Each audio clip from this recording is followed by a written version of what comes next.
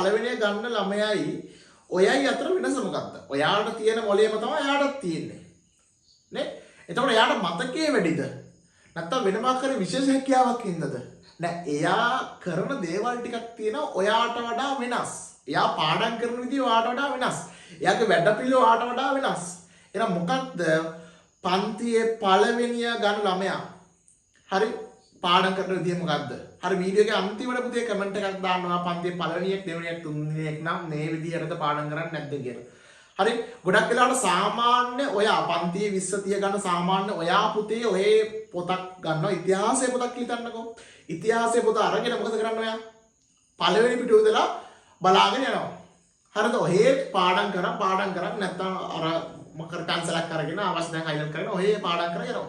හැබැයි පන්තියේ පළවෙනි ගන්න ළමයා නේද පිටුවක් දෙකක් නැත්තම් පාඩමක් කියවුනට පස්සේ පොත වහනවා.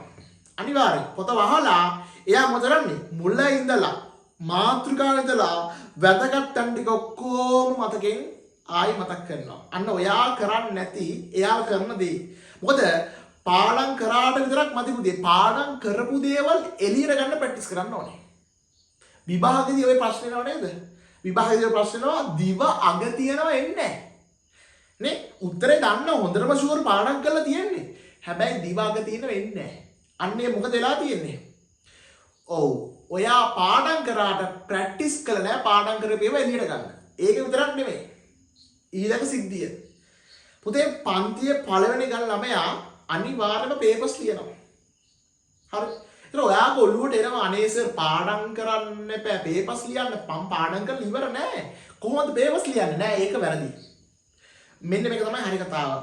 ඔයා පාඩම් කරලා ඉවර වුණත් නැතත් පුතේ පේපර්ස් ලියන්න ඕනේ. පේපර්ස් වල උත්තර තියෙන්නේ. අන්නේ උත්තර හොඳට ඔළුවට දාගන්න ඕනේ. කියන්නේ පාඩම් කරාට පස්සේ පේපර්ස් ලියනවා කියන එක කරන්න ගියොත් ඔයාලට පේපර්ස් ලියන්න වෙන්නේ නැහැ.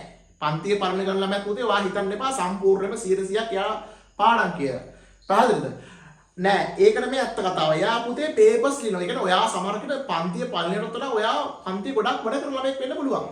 හැබැයි අර ඔයාට වඩා අඩු කාලෙකින් ලොකු ගේමක් ගන්නවා. මොකද පුතේ හොඳට මතක තියාගන්න මේක තමයි වචනේ. විභාග කියන්නේ පේපර්ස්. විභාග කියන්නේ මොනවද පේපර්ස් ඕන විභාගයක් කියන්නේ පුතේ ඔයා ශිෂ්‍යත්ව O level A level campus එකේ ගියක් පුතේ පාස් පේපර්ස් නැත්නම් විභාග පේපර්ස් තරම් වටින දෙයක් තවත් නැහැ. ඒක හොඳට හිතගන්න හැමලම මේක. එතකොට එයා පුතේ පේපර්ස් උන්ද වාර විභාගයක් නම් පළවෙනි වාර විභාග පේපර්ස් සෙට් එකක් හොයාගෙන එයා ප්‍රශ්න වල උත්තර ලියනවා. එතකොට මොකද වෙන්නේ? ඔව් එයාට දැන් ඔන්න ප්‍රැක්ටිස් දැන් විභාගයේ එයා පළවෙනි වතාවට නෙමෙයි එක්සෑම් එකට ගිහලා ලියන්නේ. එයා කලින් විභාගෙට ප්‍රැක්ටිස් වෙලා ඉන්නේ. දැන් ඔය ක්‍රිකට් ක්‍රීඩකෙක් වුණත් පුතේ එකපාරට ග්‍රවුන්ඩ් එකට ගිහිල්ලා මැච් එකක් ප්ලේ කරනවා නෙමෙයි. එයා කාලතුරු ප්‍රැක්ටිස් කරලා තමයි පිටරට එන්නේ. සෙල්ලම් කරන්න. ඔයා මොකද්ද කරන්න දන්නේ? ඔයා මේ නිකන් පාඩම් කරලා නේ පේපර් ලියලා ප්‍රැක්ටිස් කරනකොට ඔයා හිතනවා මේ එක්සෑම් වල ලකුණු වැඩි කරගන්න. එහෙම වැඩි වෙන්නේ නැහැ. එහෙනම් ඔයා තේරුම් ගන්න ඕනේ. හරි. හැබැයි අර ප්‍රශ්නේ ඔළුවෙන් නිදහස් කරගන්න මොකද්ද? පාඩම් කරොත් නේ ඉතින් පේපර් ලියනවා නෑ. පේපර් ලියලා ඒවා උත්තර දිනවනේ. ඒවා උත්තර පොතෙන් බලලා හරි ඒ උත්තර හොයාගෙන ඒ ටික තමයි පාඩම් කරන්න. මොකද පේපර්ස් වල තියෙන රටාවට තමයි නැවත ප්‍රශ්න එන්නේ. හැබැයි ඔයාගේ ඔළුවේ වැඩ කරයි අර අහපු දේවල් ආයි අහනවද? නෑ අහපු දේවල්මයි ආයි අහන්නේ. ඕක තමයි සිස්ටම් එක. හරි දැන් ඉස්කෝලේ මිස් කියන සමහරක් වෙලාවට පුතේ මේක නම් කවදාවත් ඇහිලා නෑ. මේ පාර විභාගෙට එයි. පුතේ කවදාවත් ආපු නැති එක මේ පාර විභාගෙට එන්නේ නෑ ගොඩක් වෙලාවට. ඒක තමයි ඇත්ත. ඒක අහන්න ඕන නැති එකක් තමයි අහන්න නැත්තේ. හැබැයි හැමතිස්සෙම අහන ඒවා හැමතිස්සෙම විභාගෙට එනවා. පැහැදිලිද මං කියන එක? ඒකින්ද පළවෙනි දේ තමයි පුතේ මම අර පළවෙනිම දැනුවත් කරා පාඩම් කරපු දේවල් නැවත රිමයින්ඩ් කරන්න පුතේ පොත වහලා. හරි? අනිවාර්යෙන් ඒකේ වාව ප්‍රැක්ටිස් කරනවා නේද? පේපර් එකේ දාලා දිවාගේ තියෙනවා එන්නේ නැහැ. ඔය ප්‍රශ්න තියෙනවා ගොඩක් අයට. ඒක විසඳනවා එතනින්. මොකද පාඩම් කරපු දේවල් එළියට ගන්න ප්‍රැක්ටිස් කරලා ඔයා. අනිත් එක තමයි පුතේ පේපර්ස් ලියන්න ඕනේ. හරි? ඒතර විභාග වෙලාවදී පුතේ ගණන් පේපර් එකක් ගත්තොත් එහෙම ගණන් හදද්දී කවදාවත් පේපර් එකකදී හරිද එක ප්‍රශ්නයක් තුල ඇල්ලලා ඉන්න එපා. මොකද ලකුණු 100ක පේපර් එකක් නෝට තියෙන්නේ. ඒතර ලකුණු 100ක් තියෙන ලකුණු 2ක ප්‍රශ්න නැත්නම් ලකුණු 10ක ප්‍රශ්නක ඉරවලා ඉන්න එපා. ඔයාලට තේරෙනවා ඇඟට දැනෙනවා මේ ප්‍රශ්නෙට ගොඩක් වෙලා යනවා කියලා. ඒක මොලේට දැනනකොටම ඊළඟ ප්‍රශ්නෙට යන්න. හැබැයි ඊළඟ ප්‍රශ්නෙට යනවා කියන එකේ තේරුම ආයි මේ ගාන හදන්නේ නැහැ කියන එක නෙමෙයි. මේ ගාන හදනවා පුළුවන් ගණන් ටික ඔක්කොම හදලා ලකුණ හැදින්න ඕනේ විභාගෙදී.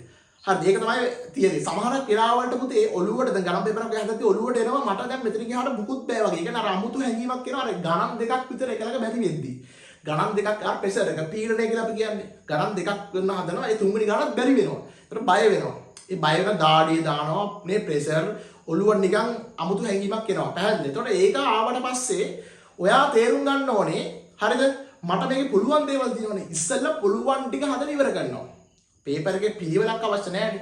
ප්‍රශ්නයක් දැම්මහම උත්තර නේද? පරීක්ෂක බලන කට්ටිය ඒගොල්ලෝ ලකුණු දාලා ඒ වැඩේ කරලා දෙනවා. ඒතර ඔයාට තියෙන පිළිවෙල කොහොමද? ප්‍රශ්න දන්න ටික ඉස්සෙල්ලා උත්තර ලියන එක. එතකොට ඔයාට පේපර් එක ඉවර වුණාට පස්සේ දුක හිතෙන්නේ නැහැ. ඒවා දන්න ටික ඔක්කොම ලියලා. හැබැයි මෙහෙම හිතන්නකෝ. ඔයා දන්න ටික ඔක්කොම ලියලා නැහැ. ඔයා බැරි ඒවත් try කරලා දිනවා. නමුත් පේපර් එකේ වෙලාවමදි වුණා. දන්න ඒවත් එතන තියෙනවා. දන්න ටික ලියා ගන්නත් වෙලාවමදි වුණා. දැන් මොකද වෙන්නේ? ඔයාට පට්ට දුකයි. පැහැදිලි මං කියනවා පට්ට දුකයි. ඒතර ඔයාට ඇත්තටම ගන්න තියෙන ලකුණු ඔයාට ලකුණු 70ක් දැනුමක් තිබ්බනම් ගන්න පුළුවන්කම තිබ්බනම් ලකුණු 40යි 50යි එන්නේ ඇයි? අර ඔයාට මිස්සලා තියෙන්නේ හදන්න පුළුවන් ටික. මම කියන්නේ අනිවාර්යයෙන්ම එකතන හිර වෙන්න එපා. පේපර් එක ලියද්දි මේ මම කියන දේ හොඳට ඔලුවට ගිහින් තියෙන්න ඕනේ. පුළුවන් ටික ගල්ලා ඉවරයක්ම කරන්න ඕනේ. ඊළඟ දේ තමයි ගොඩක් අය මේ විභාගයක් ලඟ වෙලා තමයි ගොඩක් විදිහට පාඩම් කරන්නේ. ඒක ස්වභාවයෙන්. හැබැයි අර අන්තිම දවස්වල දැන් විභාගේ හිට නම් අද නිදිවරුත් මොකද වෙන්නේ? හිතන විද්‍යා පේපර කියලා. මේ ගොඩක් අයට මම මේකෙන් සිද්ධිය වෙලා ඇති. විද්‍යා පේපර් එක වෙලාවේ ඔයා කලින් දවසේ නිදි බලලා පාන්දර 3-4ක පාඩම් කරලා ඔන්න පැය දෙකක් විතර නිදා ගන්න ඇති. හැබැයි ඔයා දැන් පේපර් එකට ගිහිල්ලා ලියන්න උත්සාහ කරනවා. මේ සිද්ධිය ඔයා මොන දිලා ඇති. දැන් නිදි මරණවල තියෙන මොලේ වෙහෙස වෙලා තියෙන්නේ. ඒතර ඔයා මොකද කරන්නේ දැන්? පාඩම් කරපියව මතක් කරලා ලියන්න try කරනවා. හැබැයි අපිට ඕමනාව තිබ්බට මොලේට වෙහෙසයි. මොලේට දැන් ඕනේ විවේකය. ඒතර ඔයාට එක වෙලාවක දැන් අපුතේ දැන් ආව උත්සාහ කරනවා පේපර් එකත් අමාරුයි වගේ හැඟීමක් දැනනවා පාඩම් කරපියව එළියට ගන්න try කරනවා මොකද වෙන්නේ? එළියට එන්නේ නැහැ. ඇයි මොලේ වෙහෙසයි. පැහැදිලිද? ඒතර ඔයාට එක වෙලාවක දැනනවා අමුතු හිස් බවක්. අමුතු හිස් බවක් දැනෙන්න ගන්නවා නිදි මරලා තිබ්බොත්. මේක මේ කියන සිද්ධිය වෙලා තියෙනවා පුතේ කමෙන්ට් එකක් දාන්න මම මුරුදු කියන්නේ කියලා. හරිද? ඒකින්ද කවදාත් එක්සෑම් එකකට කලින් දවසේ නිදි මරන්න එපා වුණාට වඩා. හරි?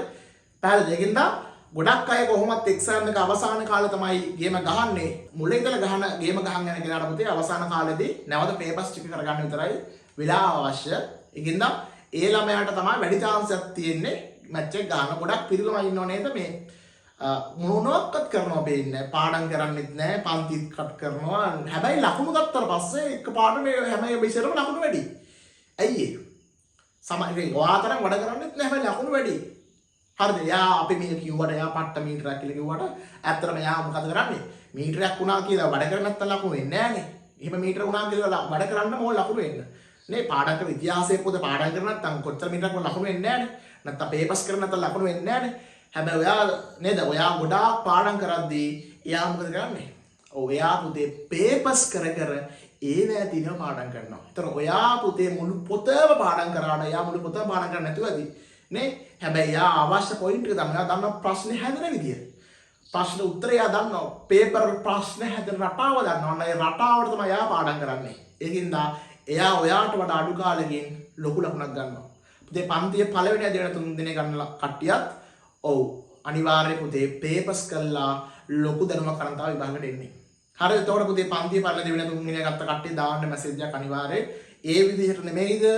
කමෙන්ට් එකක් දාන්න. ඒ විදිහට නෙමෙයිද? ඔයගොල්ලෝ පාඩම් කරන්නේ. ඒ වගේම මේ කියන දේ වැදගත් වුණා නම් පුතේ වැදගත් වෙච්ච කට්ටිය අනිවාර්යයෙන් කමෙන්ට් එකක් දාන්න. ඊට අමතරව ඔයගොල්ලෝ පාඩම් කරද්දී ඕගොල්ලෝ කරන දේවල් නේ ඕගොල්ලෝ තව මොනවද කරන විශේෂ දේවල් කියලා පල්ලෙහා කමෙන්ට් සෙක්ෂන් එකේ දාන්න කමෙන්ට් එකක් විදියට. එතකොට අනිත් අයටත් පුළුවන් දැනගන්න. ඒගොල්ලොන්ගේ ජීවිතය හදාන්න පුළුවන්. ඒගොල්ලොන්ගේ ලකුණු ටික කරන්න පුළුවන්. ඔයා දෙන උපදෙස් අනුව.